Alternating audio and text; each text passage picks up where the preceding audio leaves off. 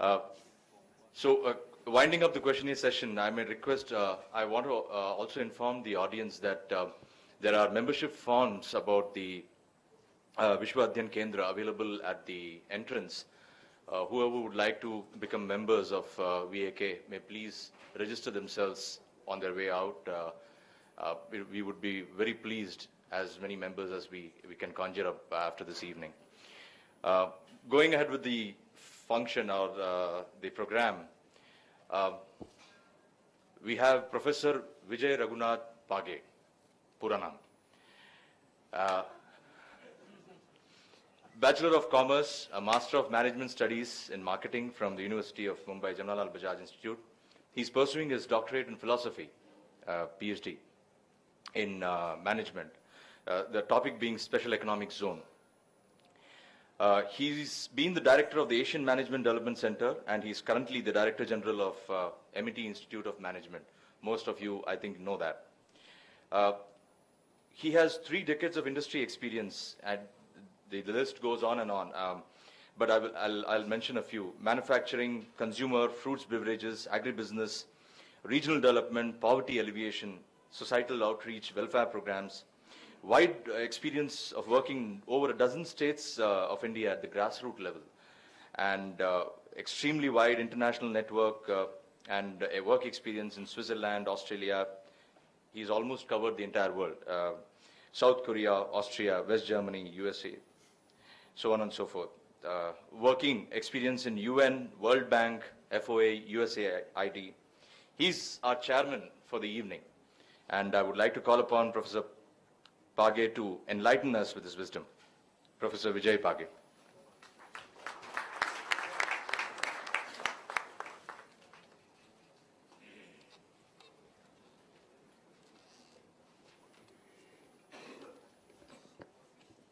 Good evening, distinguished audience. The chief guest of the evening, Mr. Ajit Doval, the organizers of this very interesting and lively talk today, Sanjay Kelapure, Madam Pete, and the dignitaries in the house. In his brilliant exposition of the subject of universal brotherhood, Mr. Doval has, with his passion and single-minded pursuit of the idea of the power being shared not in words, but through various instances across his lively years in a chosen profession. He has surcharged the House with a brilliant exposition of the subject. And I'm reminded of the late Kaka Saheb Gadgil, who called on then Prime Minister Pandit Jawaharlal Nehru and said, Pandit ji, सल्तनत दोहे से नहीं लोहे से चलती है. आप मुगलों के तख्त पे बैठे हो, आप रुबाइया गा के देश नहीं चला सकते. Probably, coming from a man from Pune, that was not a very wise piece of advice. And after that, Pandit ji never talked to Kaka Saheb. The very words, the difference between how you lead a nation with its external barriers crumbling at the thought and crumbling by the minute, an internal scenario extremely disturbing. To talk about universal brotherhood is to invite a peril at hearts. Because while at the nation-state level, a house divided against itself cannot stand, as Lincoln said, we are to a total conformity to the nation-state. As it crosses the borders, encircled by our chosen neighbors, the thought has to be entirely different. It has to follow, as Lenin said, civitas civitati lupus, one state is wolf to another state. How does one balance this dichotomy?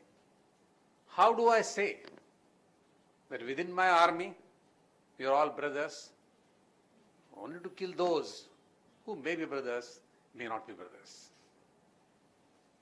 Though the brilliant treatise, I would say, on brotherhood, as he mentioned by the great sage Vyasa in the Bhagavad Gita, this is very finely balanced. And as the end justifies the means, it has been settled, a settled philosophy for all of us, that righteousness alone wins, that legitimacy is the only solution. And at that stage, we don't have to worry about whose brother is at fault. If it is mine, the law still holds for him. If it is somebody else's, it doesn't. Therefore, I would submit that we have to balance these in a very delicate fashion to achieve what was laid out by Mr. Duval. But internally, whether it is through the common civil law, whether it is through abolition of the various blunders made by our politicians in the past,